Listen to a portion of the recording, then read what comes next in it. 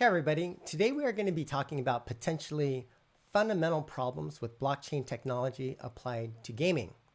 And with us to talk about this is Lars Doucet, one of the most thoughtful and insightful game industry thinkers I know of. And unlike a lot of other experts talking crypto and blockchain, he actually is a technologist, meaning we will finally get an opinion by someone who actually understands the technology behind crypto and blockchain. So essentially, this talk is a bit of the bear case on blockchain gaming, but probably better framed, as Lars puts it, as the key challenges that will need to be addressed. This conversation was excerpted from a longer discussion on blockchain, including Bitcoin, including the investment thesis behind cryptocurrencies for another YouTube channel.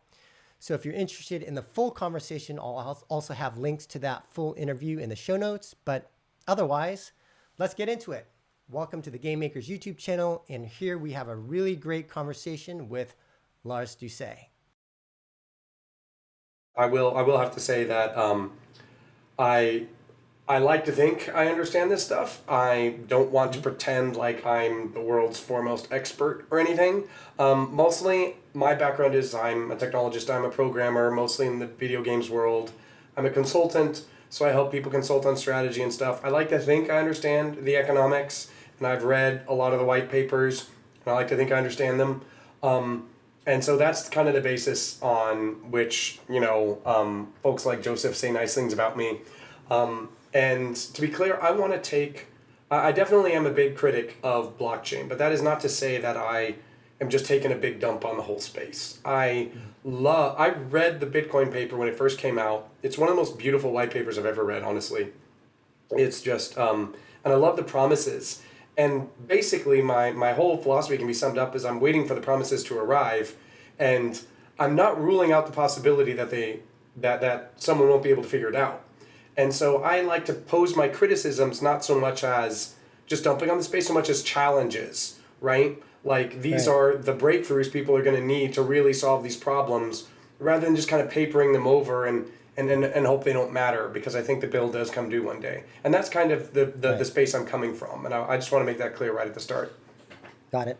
And just for the audience, there were a couple of really, in my opinion, very insightful posts that Lars did write about blockchain, including a concept he calls degraded blockchains, which we will talk about. But I will put a link to those blog posts in the show notes as well. But maybe we could start there, Lars, with blockchain technology and that post that you wrote on degraded blockchains. And in that post, you kind of alluded to potential issues around immutability, trustlessness, and decentralization. And maybe can you talk to us about those issues and how do they not deliver on the promises that you talk about in terms of that original white paper? Yeah.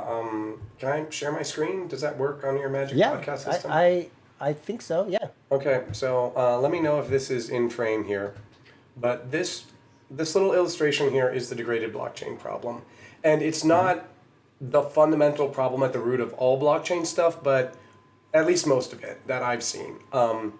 And the problem is not that blockchain can't deliver on its guarantees, and Bitcoin in specific, and also Ethereum, but it's that there's this weird kind of shell game I see a lot where you have a blockchain stores a record, right? And it fulfills within the boundaries of the blockchain all of its guarantees. Trustlessness, immutability, decentralization, let's just grant that the blockchain is magically perfect and can actually do those things, because there's some vulnerabilities sometimes, but let's just say in the main it does. Even then, the problem tends to be when you scratch the surface of any application that needs to consume a blockchain or interface with a blockchain, you have what I call the degraded blockchain problem, whereas there's this very weak and tenuous link that requires you to trust a central authority with immutable database to actually get the thing you care about. Like a classic example is all these NFT apps with little cute little wiggle kitties or whatever it is.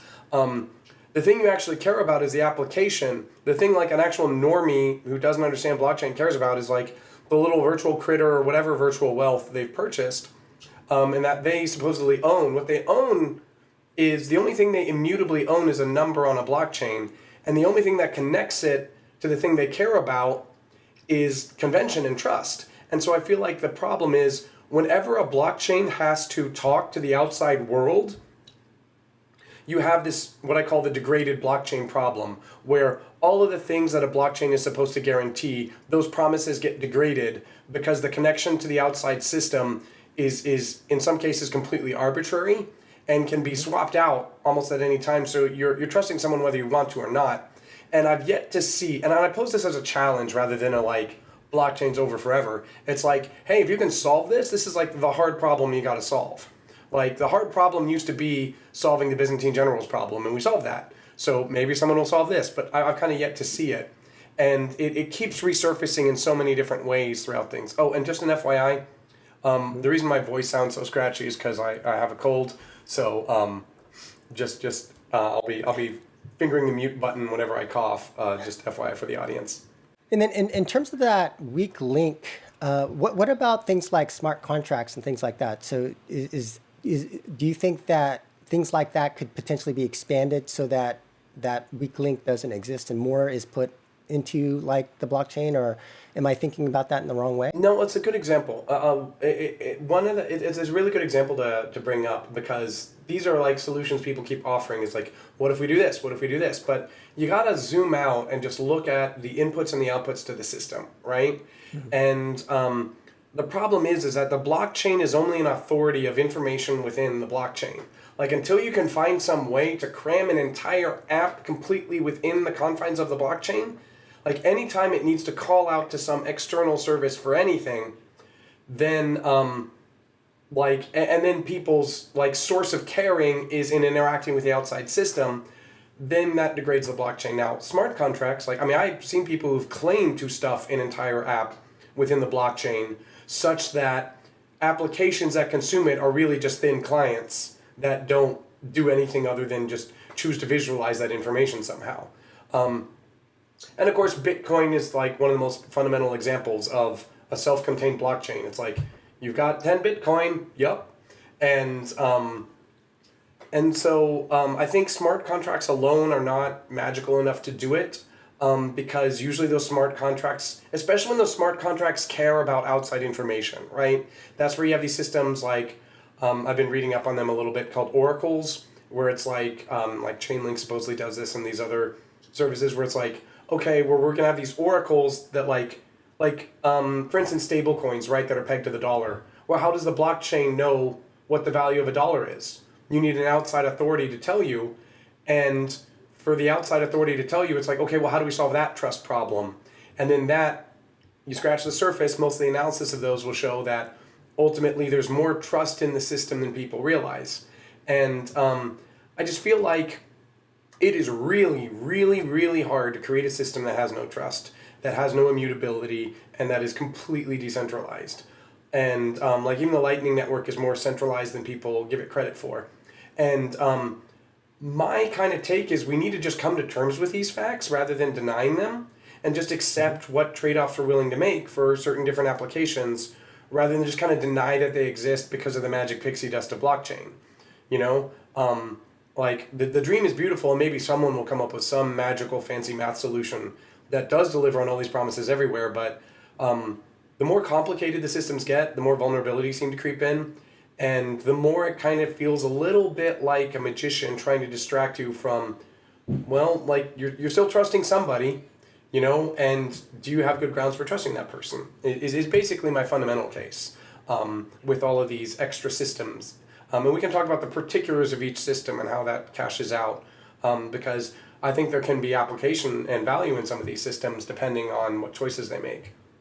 Okay, games. So I think you were alluding to it, Lars, but there does seem to be a little bit of a craze in terms of crypto and gaming. And the word on the street that I'm hearing is that it's not just startups trying to get funding. It's, from what I'm hearing, literally every major gaming company has some effort in this area.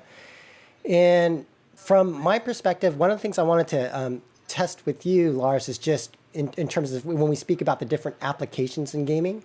And so the way that I understand it, it is like, let's say first is ability to create on-chain game items. Main benefit, which is to enable easier transactability and ownership of an item outside of a game.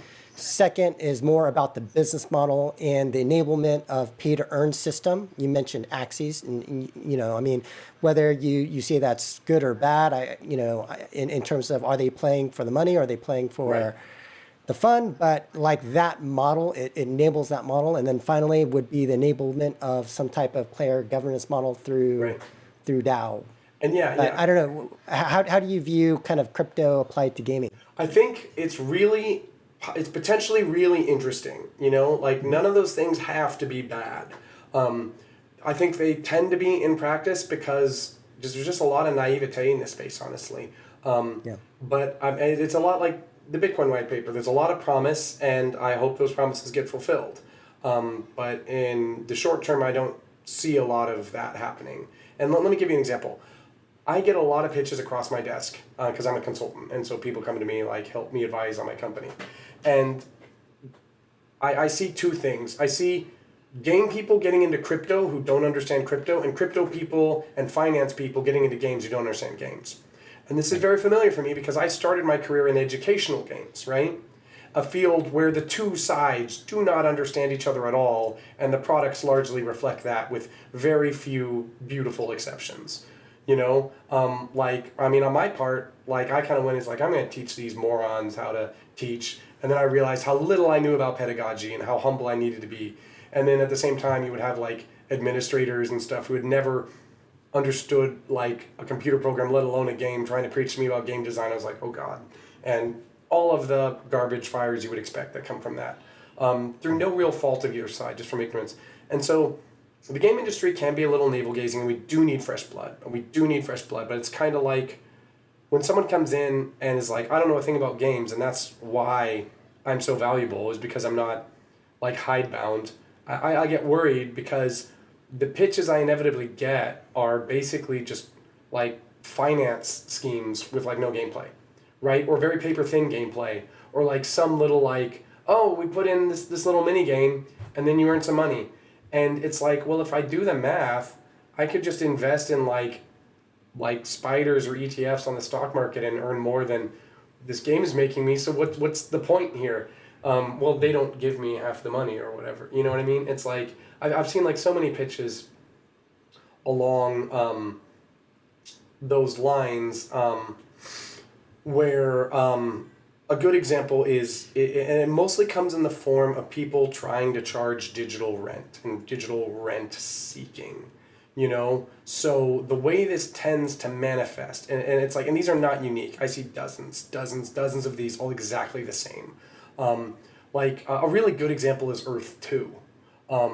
It's just Google Earth with a bunch of plots of land, and you can just buy Nebraska if you want.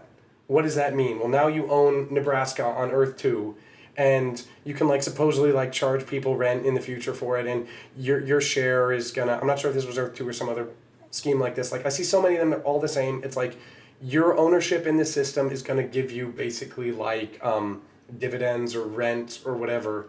Axie is a special case, get into Axie specifically later. But like all these systems, it's like, okay, you put money into the system, you get money out, but it will take me like 100 years to make $30 on a $100 investment. Why would I do that? Or it's like, when this gets big, and it will, then you can make money off of all the other suckers who get in after you.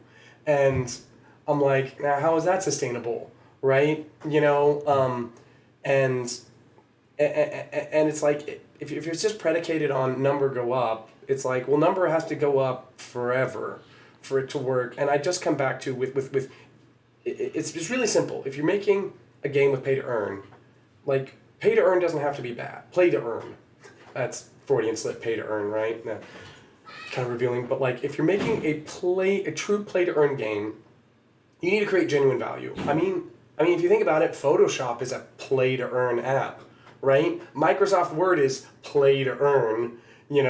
It's like I use this app, I play around in this app, and then I get some money. Why? Because I created some productive value that someone else is willing to exchange money for. right? Someone else is like willing to do an honest trade with me. It's like, I enjoyed that paper you wrote for the think tank that I employ you to work at. So thank you for playing Microsoft Word. Here is your earn, you know? And you can do this in a game, right? If you make it a platform ecosystem. A good example is Roblox, right?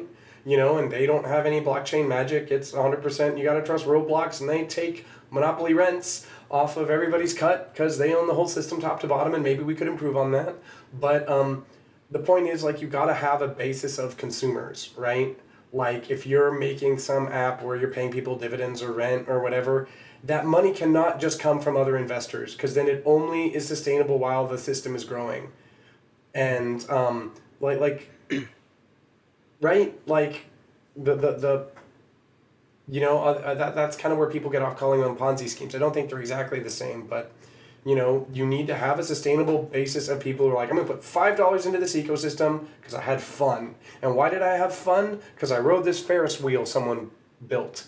And so that Ferris wheel creator is going to get a cut of the digital ticket I played. Like, you can't have a carnival that's all carnies and like no attendees, right? It needs to be like 90% attendees and 10% carnies is actually pushing it, you know? And most of the games I see is it's like, yeah, there's people who play Axie, but most of them are either people on scholarship or whatever. Like there's an actual game in Axie, and I'll give it credit for that. But most of it is predicated on basically more people continuing to buy into the system, and that doesn't have anything to do with blockchain at all, right? And I think in terms of blockchain, I think Axie is more centralized and trusted than people give it credit for, especially with their Ronin sidechain.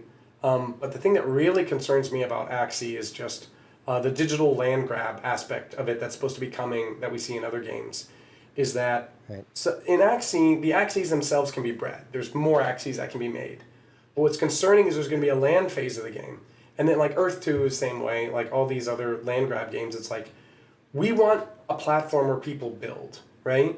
We want to encourage creators. Like they have all these grandiose plans to be like Second Life, you know, and but there's a fixed amount of land, and that's great because you can do a pre-sale of land and FOMO kicks in, and everyone knows that land in real life is a great source of rent, so people buy up all the land. But in the game, the land is scarce, and it's necessary to do all the creator stuff. And so I wrote this paper called Digital Land Speculators Will Kill Your Game's Growth for Game Developer Magazine, and where I detail like the 30-year history of MMOs.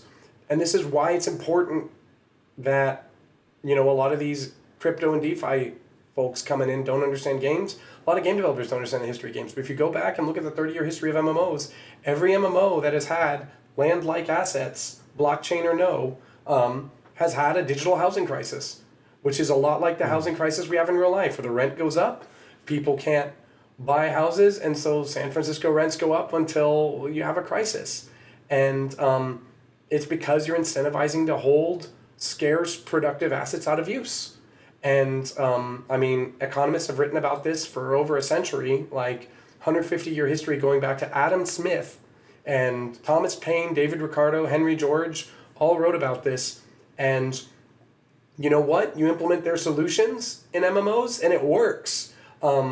There was, what were some of the games? EVE Online had a digital land recession in 2003, right when it launched. And they implemented digital land tax, and it fixed the problem. Like, you can't create scarce assets that you need to use to participate in economic activity, and then, like it's digital. Like, it doesn't have to be scarce. But people do that because they can have this massive pre-sale. And the problem with that is that you then set up a dilemma that you can't fix. Because now you have a class of aristocrats, landed aristocrats, literally, who own all the land. And they're some of your, and this is going to get into the DAO thing, is they're like your most invested player base, like literally, right? And they own all the productive assets, and they have an incentive to collect rent on it or wait for someone else to pay more rather than use it and put it to productive use rather than build on it. And then you have people who actually want to use it, but they're unlanded peasants. And so you have to now that you've done that huge pre-sale on a fixed asset, you have a dilemma of which side you want to favor. Do you want to break your promise that land will forever be fixed and just print more land and appeal to the peasants? In which case, these people will be pissed. They'll probably leave your game for something else. Or do you want to kind of suck up to the people that you made all those promises to and that probably are the source of most of your income? In which case, no new people want to come into your system because there's no way to get the rights to participate in it. It's like, I don't want to move to medieval France where I get to be a serf, or whatever. Like, I want to move to the frontier of America where there's land available. Now, granted, that land was forcibly taken from people, but the reason that people came to America is because it's like, you can not be a serf. Granted, we also enslaved all these people. History is horrible and complicated, but that's kind of my deal about that. And when it comes to DAO and governance tokens, I love that idea in one sense. Like, I love this idea of, and this just comes full circle to I like the idea of having a way to give control to players. And you can see in the open what the assets are. And so you can see if we try to rug pull you. And maybe you can have control over that so we can't rug pull you. And then it would be nice if, you could have a vote, right? You could vote to decide what happens in the update to World of Warcraft. So we have to agree to stuff. The challenge then becomes is if you set it like you have to be aligned on the philosophy, because otherwise the aristocrats all vote, we are never going to change the economic system in a way that doesn't favor us. And then the game's no fun and it stagnates and there's no growth. And this is kind of Bitcoin's problem is I don't think Bitcoin can ever move to proof of stake, even if a lot of people thought it wanted to, because so many people are invested in proof of work that you're going to have a hard time switching it over until maybe 10 years from now where the writing's absolutely on the wall and it's too late. And I think that's kind of the challenge with DAOs is in game design in general, there's always this tension in game design. Is you want to listen to your players, but players don't always know what they want. And sometimes, players will complain about this gun's overpowered, this gun's underpowered, this gun is lame, this gun is cheese, this gun is OP. And then they're like, okay, well, this will... And so sometimes, democracy is not a good way to design a game, but, I think you just have to... I think it is a cool idea, and the problem is it kicks the problem down the road. The philosophical problem of what do we want and why still remains that thorny unresolved issue. And, that's something people are free to work out. I love people experimenting. And as long as we're not burning up the world in the process, I say experiment some more. That's kind of my full kind of take on everything. Lars, would you say there's a specific example or a way in which you think that blockchain could be used well in a game? Yeah, that's a good example. Clearly not land. Yeah, well, there's no reason digital land has to be scarce. That's the thing that confuses me so much, is it's anyway, but blockchain way could be used in the game. I think, so what is blockchain? Blockchain is a shared ledger that nobody owns, right? If we think of blockchain like that, and it doesn't necessarily have to guarantee the other things, you could do a lot of cool stuff with that. I'm not entirely sure. Right, you could create a protocol, it's you look at the system but I think the challenge is the blockchain's fundamental problem is it's always been a solution in search of a problem, right? I always like to, rather than have some massive loyalty to this one idea, is to just look at the problem and see what the solution is that way. That's the way I always like to think. So you see platforms like Loot and that are clearly trying to find a usage for NFTs. And of course there's these, I may be misunderstanding it. I've only looked at it a little, but there's 7,000 JSON files with Diablo rarities of items. And then people are building cool applications on top of it, but it's I don't want to pay $400 for a JSON file no matter what kind of cool applications for that. And what stops us from creating some other system where it's just, I just have a GitHub repository with some JSON files on it and we just kind of have a jam, and maybe you have to kind of trust whoever owns that one GitHub repository with all those JSON files, but if you don't like theirs, you can fork it to Bob's and start playing in that ecosystem. I think the obsession with getting rich and the obsession with deflation and hodling and immutability are some of the things that limit what we can do with blockchain. And I think, I think velocity of trust is more important than just like ironclad trust. Like the ability for me to change who I trust is a little more important in the fact that than in pretending like someone can never screw me, you know? And I mean, I think we just ultimately have to grapple with the fact that we're just trying to align incentives, and every time we do anything, we're trusting somebody. Every time I get on a plane, I'm trusting laws of physics I don't understand and a pilot I've never met not to kill me, you know? Right. And everyone on the plane not to murder me and take my money because I couldn't stop them. And to take me to the country I want and not somewhere else, you know? Like, that's kind of, I know I'm kind of meandering here, but I just probably have a fever, so that's why. Yeah, and I mostly just think, you know, just to sum it up, just I am not a complete downer on blockchain. I do think we shouldn't be dogmatically tied to the promises made by Bitcoin. We need to be honest about the limitations we have, and we need to step back away from the implementation details, right? You said you wanted me on because I'm a technologist, but I can say as a technologist that although I claim to understand at least some of the details, the really important stuff is just zooming out and be like, what is this for in the first place? What problem does this solve, right? And who can say where the world is going to be? We're going to have some digital currency in the future somehow, some way. We already do effectively. And whether we keep calling it blockchain or not, I think there's a lot of brilliant people working on a lot of interesting stuff. And as long as they can find a way to not burn down the planet and not have to lie to each other about what promises things can and can't do, I mean, I say do your weird experiments, make cool stuff, and but maybe start with your problems rather than your solutions, right? Start with your problem and think about how to fix it rather than like, what can this cool tech be bent towards today? And I think just the fact that there's so much FOMO from investment is pushing it the other way. It's like blockchain is a way to get funded, solving a boring problem in a way that doesn't manage to tick the boxes that get people to call it blockchain, kind of doesn't. And I think that's the real problem, is people need to expand their imaginations, basically. Anyway. Okay. All right, great. Lars, that was incredible insights. Thank you so much for your time. And for the rest of our audience, we'll catch you next time. Bye, everybody. Thank you so much.